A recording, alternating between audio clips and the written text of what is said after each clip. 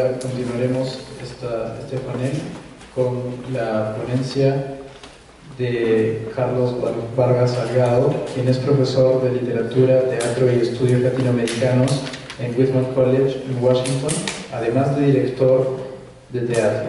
Obtuvo un PhD en literaturas hispánicas por la Universidad de Minnesota con una tesis titulada El teatro peruano durante el tiempo del miedo, de 1980 al 2000. Ha desarrollado una carrera como director y actor en residencia para teatro del pueblo en St. Paul, Minnesota, para el cual también es asesor en el Political Theater Festival desde 2005. Ha dictado conferencias en Estados Unidos y Latinoamérica. Sus escritos han aparecido en diversas revistas y publicaciones académicas. La ponencia titula Melgar, entre el imaginario popular y la memoria colectiva del equipo.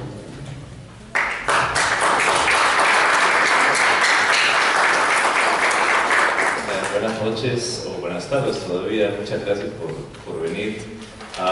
Ahora escuchando a Javier hacer una mención acerca de lo que han sido mis intereses en el último tiempo, pues debo hacer primero un deslinde. Hoy no vengo a hablar sobre teatro, aunque sigue siendo el centro de mi trabajo, sino, como hacía broma hace un minuto, no vengo a hablar como teatrero, sino como arequipeño. Quería agregar además que para la mayor parte de la gente que ha tenido la experiencia de vivir fuera de Arequipa por largo tiempo, como ha sido mi caso por 10 años ya, algunas imágenes, algunas palabras, algunos artefactos culturales empiezan a venir como una suerte de extrañamiento de la propia identidad, como una suerte de autoconciencia de qué cosas son nuestros rasgos distintivos.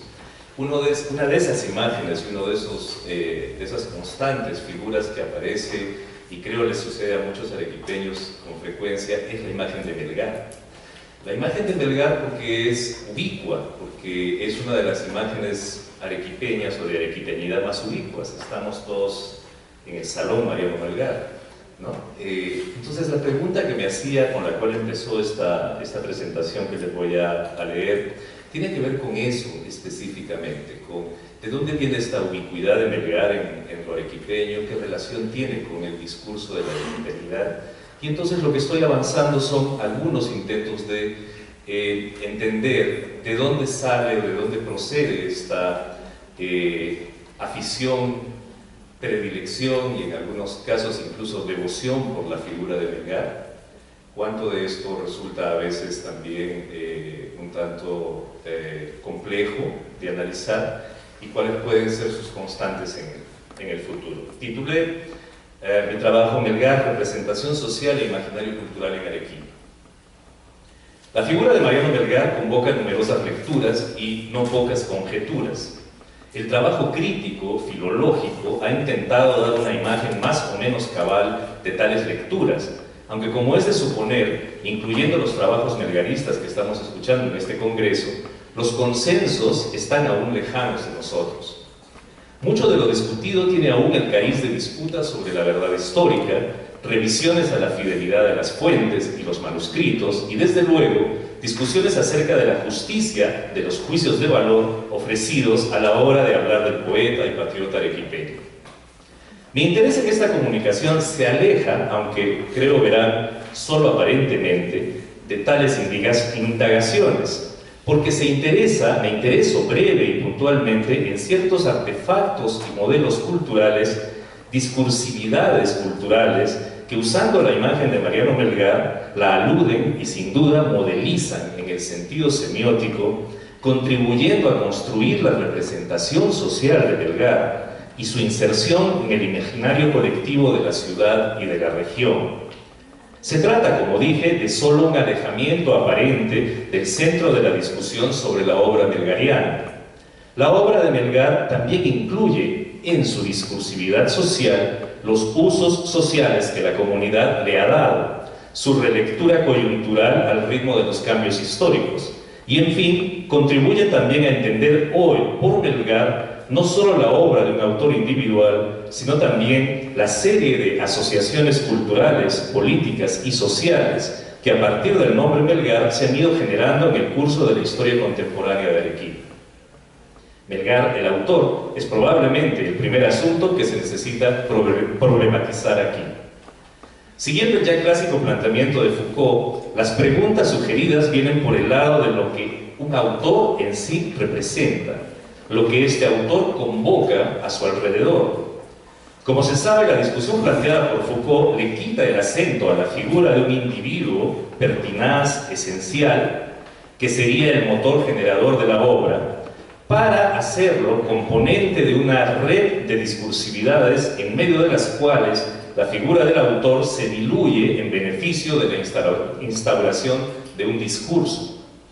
No es el autor que habla, sino es el discurso que habla al autor, para seguir las frases de Barthes. Desde luego, la perspectiva Foucaultiana no tiene aquí una intencionalidad que excede lo anecdótico de la vida de un autor. Por el contrario, la perspectiva aludida propone que en la indagación de los discursos, cito, podría encontrarse allí una introducción al análisis histórico. Quizás es tiempo, remata Foucault, de estudiar los discursos ya no solo en su valor expresivo o en sus transformaciones formales, sino en las modalidades de su existencia, los modos de circulación, de valoración, de atribución, de apropiación de los discursos, cómo varían en cada cultura y se modifican al interior de cada una de ellas. Así, autor es una instancia que alude al juego de la función autor y sus modificaciones, y se puede entrever mejor así la forma en que se articulan las modificaciones sociales. Apareciendo en la ideología capitalista moderna, la noción de autor se convierte en un nodo que permite la adecuación a sistemas de intercambio y valoración comercial de una obra.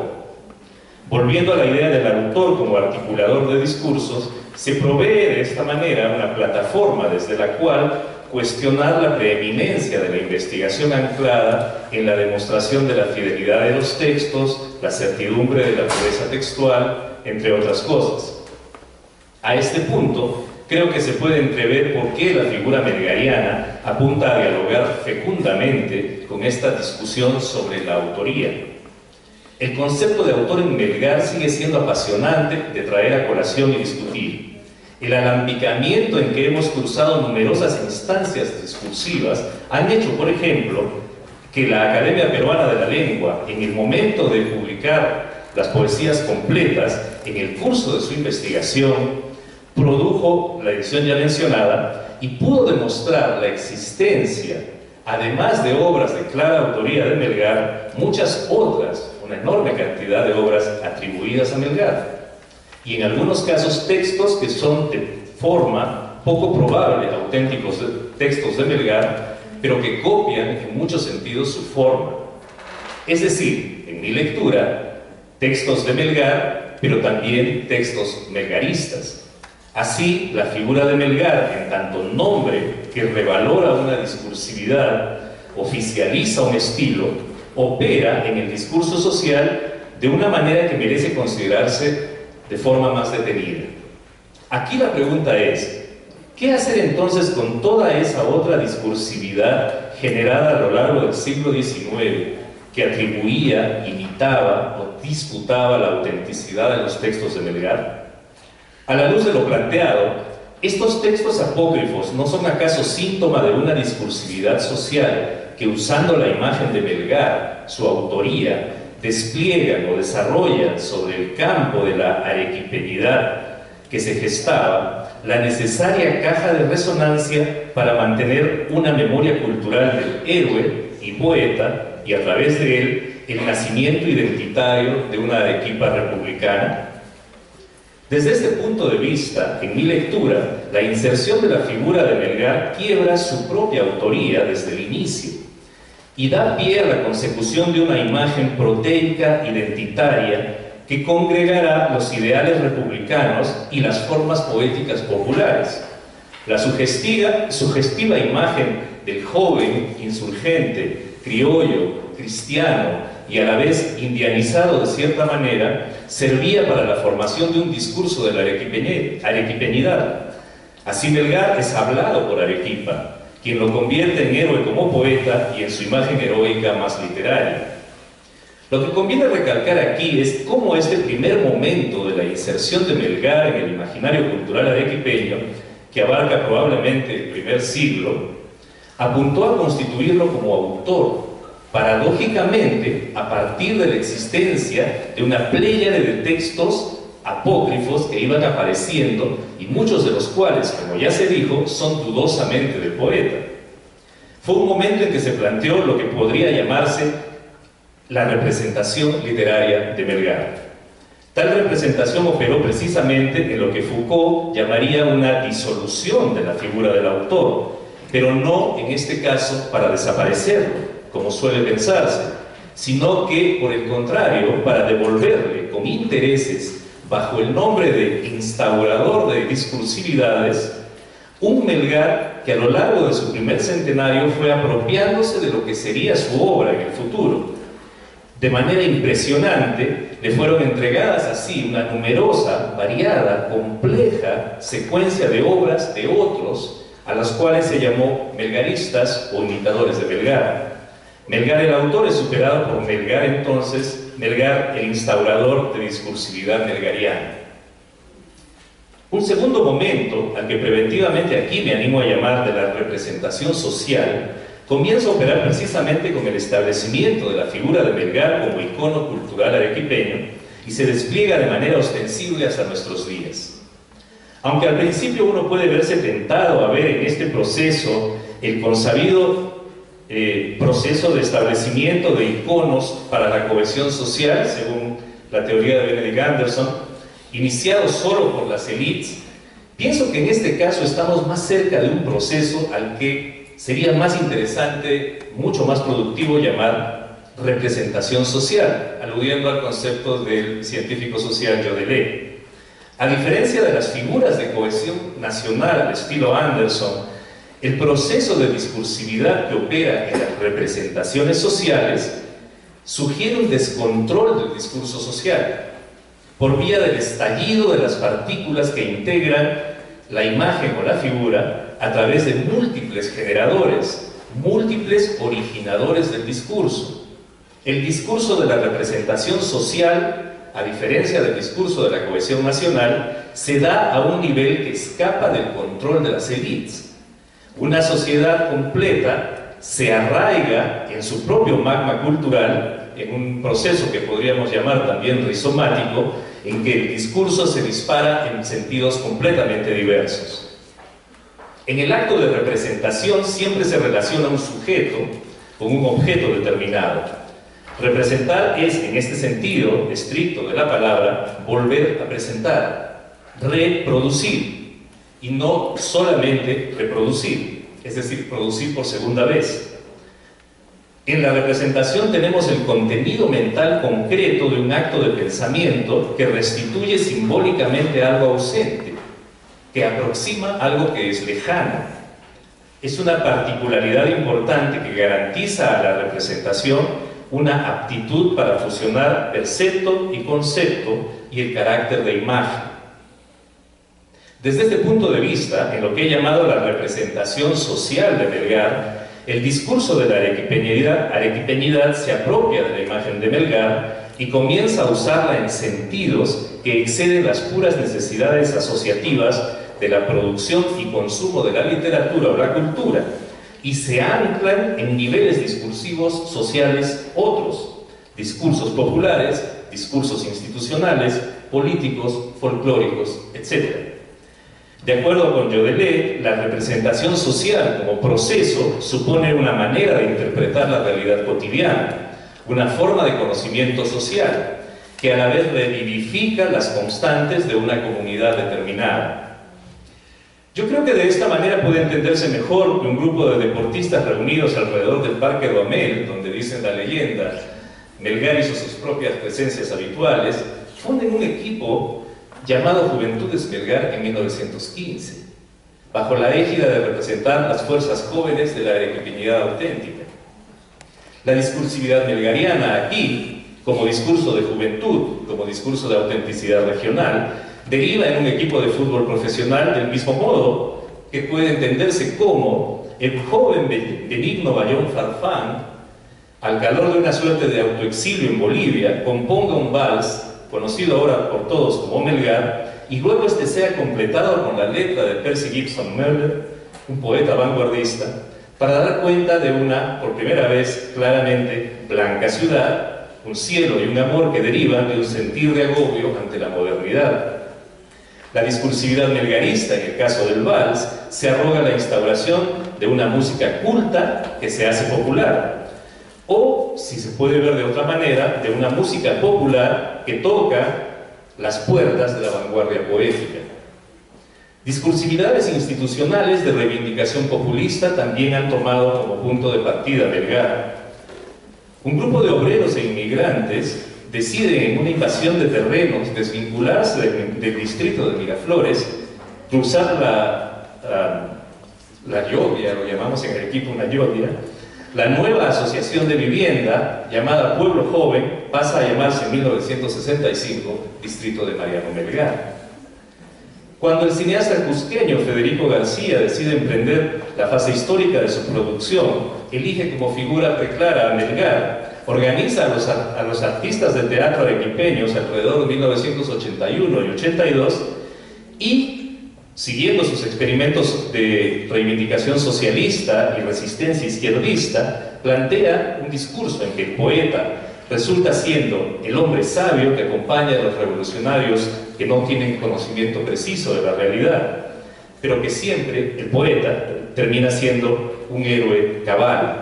La discursividad melgariana, entonces, aquí también apunta a la discusión de este trasunto de ética y política en el arte que animó la década de los 80 en el Perú. La discursividad que instaura Melgar, entonces, que se construye a lo largo de estos 2 siglos, sigue estando presente sin dudas. Está incluida también, por ejemplo, la idea de constituir a Melgar uno de los héroes nacionales a partir de lo que ha sido un pedido ante congresistas de la República en este propio año 2015. Hoy que seguramente empezamos a reevaluar a Melgar a la luz de muy variadas hermenéuticas culturales, en que empezaremos a hablar de un Melgar postcolonial o un Melgar indigenista, también podríamos empezar a referirnos a lo melgariano, como una forma de discurso social que explica, alienta, nutre el imaginario de una ciudad que está en constante mutación. Gracias. Yo quería agregar la lista de eventos culturales melgarianos que acaban de hacer nombre a la fuente chilena. Entonces, esa fuente chilena que hoy se llama Fuente Marina. Eso debe ser más. Continúa el proceso de simbolización. La imagen, no sabía yo, la imagen de las juventudes melgarianas de 1915, que después deviene FPC Melgar, ¿no? Entiendo que escuchado que conversación en las palabras ha remarcado que una forma de ligar a los jóvenes con, digamos, con el cambio, con muchas cosas para el país, es referirse a Melgar. O sea, retoma esa efeolatría, digamos, ¿no? El Melgar joven, ¿no? Para llamar a los jóvenes. No sé, es una famosa surquisa. Y se cree que en el imaginario del joven puede instalarse, no sé, frente a una imagen de un cantante o no sé, de un deportista, la imagen del joven Melgar. Sí, bueno, de hecho ha sido parte de la agenda que se ha manejado por largo tiempo, pero yo creo que una de las cosas que hace más interesante a Melgar como figura de la cultura arequipeña es el hecho de que es difícil encasillarlo en uno solo de estos, en una sola de estas agendas, porque lo mismo que la juventud melgariana podía reclamar la autenticidad arequipeña, o que Percy Gibson podía reclamar también la autenticidad arequipeña, la imagen de Melgar pertenece a todos. Por eso es el concepto con el que prefiero trabajar es el de representación social, porque en la representación social no hay un originador del discurso fijo, una élite, sino que en cierta manera, para decirlo de otra manera, es como si se descontrolara la imagen, como si la figura empezara a ser propiedad de todos y de nadie, y que en ese sentido entonces puede ser tomada eventualmente, por ejemplo, con un interés político ahora, pero eso no asegura que la imagen de Melgar se quede solamente secuestrada dentro de la agenda política de un grupo de derecha, como el caso del PPC, ¿no? Sino que podría volver a reivindicarse en otra circunstancia. Pienso que la imagen de Melgar en ese sentido ya como aliento de la legitimidad ha estallado en el buen sentido de la expresión, se ha desperdigado demasiado como para poder ser reivindicada solo por un segmento social o por un grupo o por una comunidad en particular, ¿no? Entonces buena parte de los discursos del melgarismo no vienen de Arequipa solamente, por ejemplo, sino también del Altiplano.